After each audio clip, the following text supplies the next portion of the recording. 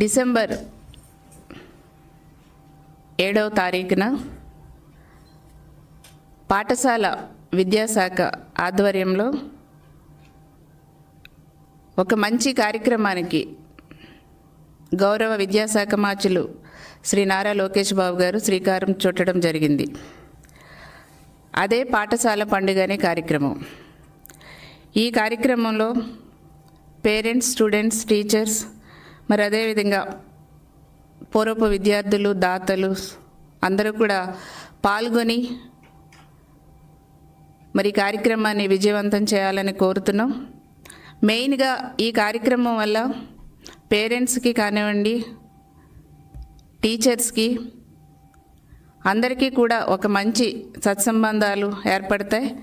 దాని ద్వారా స్టూడెంట్స్లో ఉన్నటువంటి భయాలు తొలగిపోయి చదువు మీద ఇంట్రెస్ట్ కలిగేలా చేస్తుంది, ఒక మంచి వాతావరణాన్ని కలగజేస్తుంది. కాబట్టి ఈ కార్యక్రమం, ఈ పాఠశాల పండుగ అనే కార్యక్రమం రాజకీయాలకు అతీతంగా ఈ కార్యక్రమంలో అందరూ పాల్గొవాలనేసి కూడా కోరుతున్నాం. ఇది ఒక మంచి వాతావరణాన్ని కలిగించడమే కాకుండా ఇది విద్యా వికాసానికి కూడా తోడ్పడుతుంది అనేసి కూడా తెలియజేస్తున్నాం. అంతేకాకుండా మరి లోకేష్ గారు మంత్రి అయిన తర్వాత వెంటనే విద్యా అభివృద్ధి కోసం ఎన్నో కార్యక్రమాలకి శ్రీకారం చుట్టిన విషయం ప్రజలందరికీ కూడా తెలుసు. అందులో మెయిన్గా డిఎస్సి, మెగా డిఎస్సి నిర్వహించబోతున్నాం. 16,347 పోస్టులతో మరి త్వరలోని కొత్త ఉపాధ్యాయులని నియమించబోతున్నాం. అదేవిధంగా ఏజెన్సీ ఏరియాలో జీవో నెంబర్ 3ని పునరుద్ధరించాం. గిరిజన టీచర్స్ని కూడా నియమించబోతున్నాం. అదేవిధంగా మరి టీచర్స్ కానీ సిబ్బందికి కానివ్వండి ఫస్ట్కే శాలరీలు ఇస్తుంది కూటమి ప్రభుత్వం.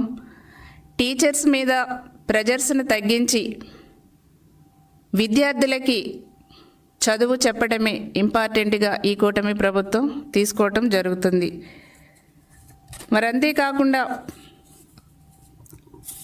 గతంలో చూస్తే కనుక జగన్ గవర్నమెంట్లో ఎయిడెడ్ పాఠశాలపైన కత్తిగట్టారు.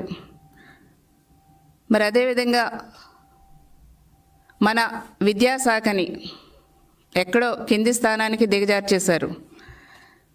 కానీ కూటమి ప్రభుత్వం వచ్చిన తర్వాత ఎయిడెడ్ పాఠశాలలపై ఉన్నటువంటి గత జగన్ గవర్నమెంట్లో చేసినటువంటి వేధింపులన్నీ కూడా తొలగించి ఎయిడెడ్ పాఠశాలలన్నీ కూడా మంచి విద్యా ప్రమాణాలు పాటించేలాగా చేయటం జరిగింది.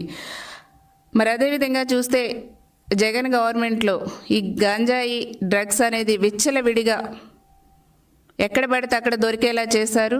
అదేవిధంగా ఈ కొన్ని కాలేజెస్ కానీ స్కూల్స్ ఏరియాలో కూడా దొరికేలా చేశారు.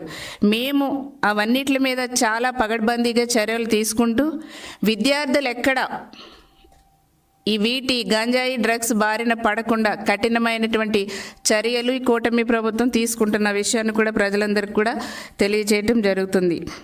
మరి 2014-19లో చంద్రబాబు నాయుడు గారు ముఖ్యమంత్రిగా ఉండగా మరి విద్యా ప్రమాణాల్లో మరి చాలా బెస్ట్గా నిలిచింది ఆంధ్రప్రదేశ్ రాష్ట్రం.